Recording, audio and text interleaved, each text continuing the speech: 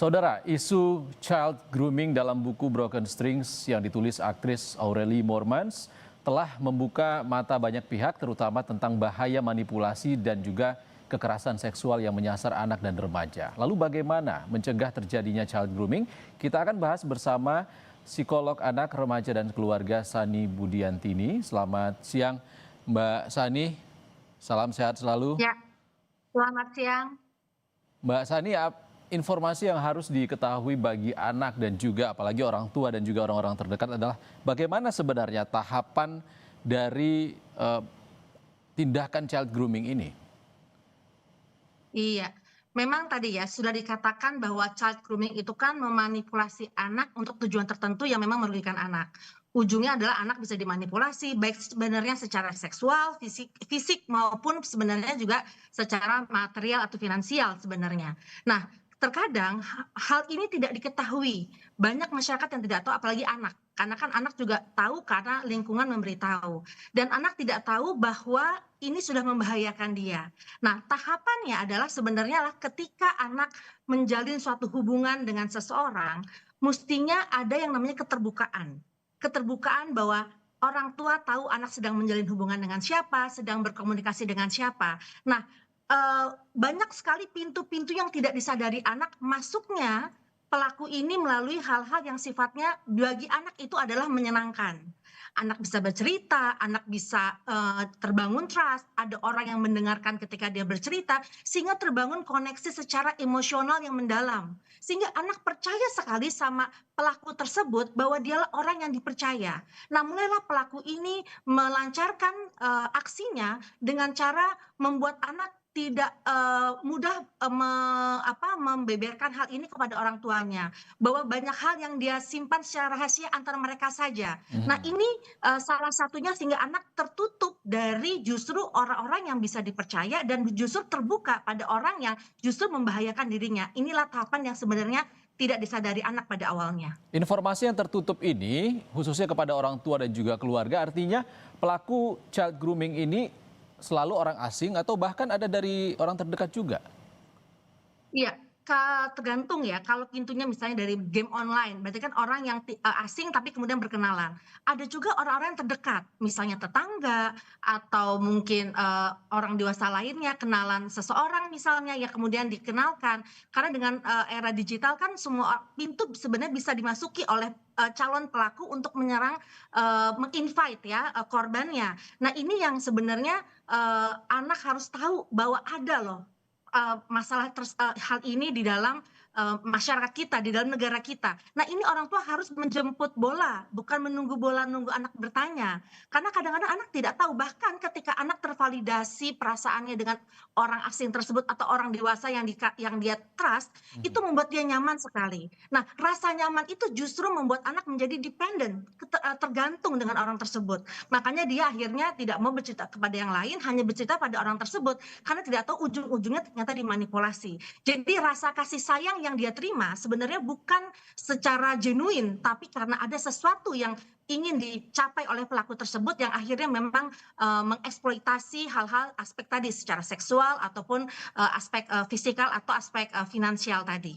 Ya, bagi orang tua dan juga keluarga, perubahan perilaku apa Mbak yang bisa dilihat kira-kira ini mungkin anak saya korban child grooming? Iya, sebenarnya, kita, deteksi di awal bisa. Misalnya gini, ketika anak seringkali berbicara pada orang tersebut, sering, tertutup, ngumpet-ngumpet misalnya ya, kemudian yang biasanya Oke. dia cerita kepada orang tua sekarang dia tidak cerita.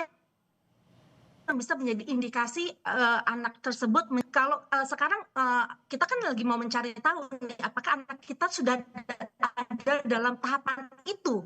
Kita memang harus terbuka, kita harus open bahwa, kasus yang mungkin ada sekarang ini bisa menjadi contoh untuk kemudian kita bahas dengan anak kita. Dan kehati-hatian itu memang harus kita, informasikan bahwa kita tidak tahu ternyata kasih sayang diberikan atau tadi emotional dependence yang sudah dibangun ternyata akan bisa merugikan mereka begitu. Nah, inilah yang, pentingnya diskusi dua arah, dialog dari hati ke hati. Mhm. Orang tua tidak boleh menjudge apalagi menuduh. Jadi cara orang tua berbicara dengan anak juga mestinya itu bisa membuat anak trust sehingga, pelaku yang tadinya mungkin saat ini sedang lagi berhubungan dengan anak, sekarang perlahan-lahan bisa anak tinggalkan karena terbangun hubungan yang baik atau yang, dipercaya dengan orang yang justru memang sebenarnya memang pelindung anak, yaitu sebenarnya orang tua atau keluarga dekat yang bisa dipercaya. Ya, faktornya apa Mbak Sani? Apakah kepercayaan diri anak itu rendah sehingga tidak mau bercerita kepada orang tuanya kalau dia ternyata didekati seorang yang manipulatif itu?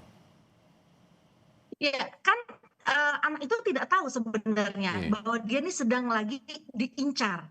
Itulah yang makanya karena anak itu juga adalah usia rentan, usia banyak ketidaktahuan, usia banyak yang ingin divalidasi, usia lagi, sembunyi-sembunyi, inilah yang dimanfaatkan oleh pelaku sebenarnya. Nah, anak tuh tidak sadar bahwa dia adalah ditargetkan. Makanya kasus yang makin mencuat membuat anak menjadi sadar. Jadi bukan hanya orang tua yang memberikan informasi, tapi anak sendiri sudah bisa mendeteksi, "Wah, ini bahaya nih," gitu. "Ini nggak benar." Ya, memang dari pengalaman saya yang, selama saya praktek, itu juga terjadi karena anak tidak tahu.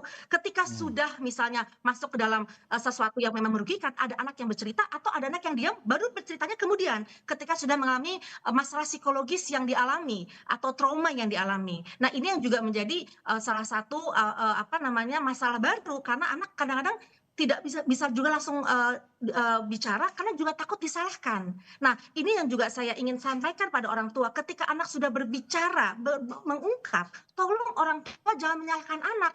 Kadang-kadang orang tua udah anak bicara, ngomong terbuka, malah menyalahkan. Ini membuat anak semakin takut dan akhirnya menutup diri, sehingga akhirnya, terjebak pada masalah masalah seperti ini. Iya, komunikasi yang terbuka tadi. Kalau sejak dini bagaimana Mbak Sani untuk memproteksi anak dari fenomena child grooming ini bagaimana caranya? Iya, tentunya orang masuk itu kan pasti ada pintu. Nah, pintu-pintunya kita jagain. Misalnya dari apa? Dari media sosial ya, dari HP-nya. Memang HP ini banyak manfaat, tapi juga, banyak juga pintu-pintu yang, tidak kita sangka-sangka bisa masuk kejahatan di situ. Nah, oleh karena itu sebenarnya menurut saya orang tua juga boleh bersepakat dengan anak untuk mungkin melihat, kepada siapa saja anak berbicara, kemudian kalaupun bertemu, anak bertemu dengan siapa misalnya gitu. Jadi menurut saya dengan adanya kasus ini, orang tua bisa bersepakat dengan anak, berkompromi pada anak, bukan kita mencurigai anak, tapi justru kita menjaga anak dari kemungkinan bahaya tersebut mengancam mereka. Iya, fenomena ini kan sedang ramai juga Mbak Sani di media sosial dan kalau pemirsa Kompas TV ada yang remaja ternyata berada dalam situasi yang mengerikan itu, bagaimana mereka harus bersikap sebenarnya? Iya, sebenarnya kan ada perambu-rambu ya, hubungan hubungan trust, hubungan baik itu juga, sebenarnya tidak masalah. Tapi ketika hubungan ini sudah dimanfaatkan misalnya, pelaku sudah meminta hal-hal yang di luar dari rambu-rambu etika, norma-norma agama, norma-norma kesusilaan, anak harus menolak, harus bilang, "Saya tidak mau," dan mengindikasikan bahwa orang tersebut sebenarnya tidak baik. Nah, anak boleh mengkat dan meminta perlindungan kepada orang tua. Jadi sebenarnya rambu-rambu itu adalah kita yang tahu dan kita bisa menolak untuk tidak mengikuti, apa yang pelaku minta kepada, kita sebagai remaja begitu. Ya, Mbak Sani terakhir kalau seorang anak sudah terlanjur jadi korban child grooming yang dilakukan orang tua apa? Melapor kemana? Iya, tentunya ya harus, ke profesional untuk kita adakan assessment, apakah ada memang trauma-trauma yang menimbulkan efek psikologis lainnya yang berkepanjangan, kita harus ada terapi, ada psikoterapi, kalau perlu ada medication, dan yang terutama orang tua ini tidak menyalahkan itu tadi sebenarnya. Kalau orang tua sudah menyalahkan ketika tahu, maka anak akan stop untuk terbuka dan ini akan menjadi masalah lebih pelik lagi. Jadi ada kerjasama orang tua, anak, profesional untuk kemudian bisa anak diproses dari melalui psikoterapi untuk, ada healing ya, ada, traumatic healing supaya anak juga tidak, mengalami dampak psikologis yang lebih berat di kemudian hari. Baik, semoga fenomena ini menjadi pembuka mata keluarga di Indonesia lebih luas lagi. Terima kasih Mbak Sani Budiantini, psikolog anak dan remaja serta keluarga sudah berbagi pandangan bersama kami di Sapa Indonesia Siang. Terima kasih Mbak Sani. Ya. Saudara, kita ke sorotan lain. Kasus gugatan